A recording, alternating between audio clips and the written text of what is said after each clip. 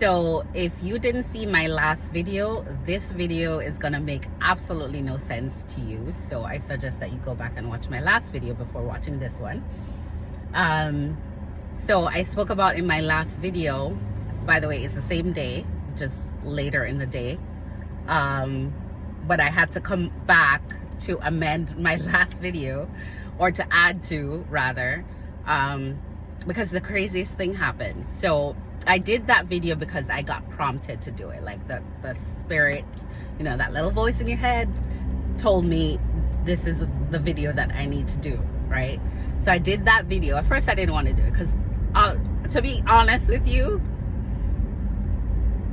I don't really want to be posting no videos. But I do out of obedience, right? So the Holy Spirit said to me, do this video. I was obedient. I did the video. I get to work, because I do these on my way to work. I get to work, I sit at my desk, and again, the little voice in my head told me to... So backstory, let's go back. My son was born with a tongue tie. So he was born with a tongue tie that limited the movement of his tongue. So he was restricted in his tongue movement, and that kind of affected his speech. So there were certain words or letters that he couldn't pronounce or say clearly. So in 23, the end of 23, he had to have a surgery to release that tongue tie, which means they just go in and they clip the tongue underneath. I have a tongue tie too, which I didn't know until he got diagnosed with that.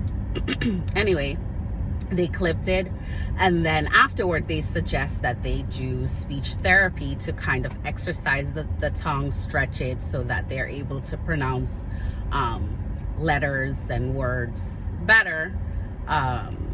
Because if not, they're still gonna be, even though they don't have the limitation physically, they still will limit the movement of their tongue. So they have to kind of stretch it so the tongue moves.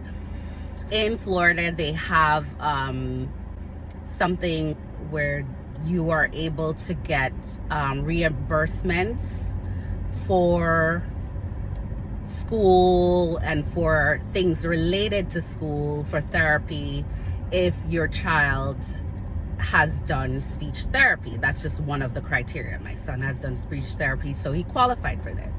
So I put in an application for it. The application got approved. But today, as I sat at my desk, the Holy Spirit prompted me to call and to clarify whether or not, because I thought this started only when he got to kindergarten. So I called them up to clarify, because the Spirit prompted me, call and clarify, just ask them.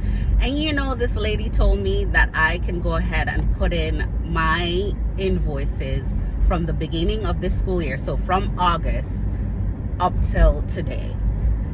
I was like, man, if that's not the Holy Spirit, if that's not God, and that I just wanted to add to, because I gave you 2 examples. This is the 3rd example of how God has shown up for me in my finances.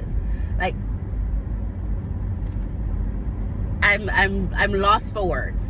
I'm lost for words, but I just wanted to share again how just searching and looking out for God in the smallest things in life, things that you don't even think are that big or that important, He shows up for it. He cares about it.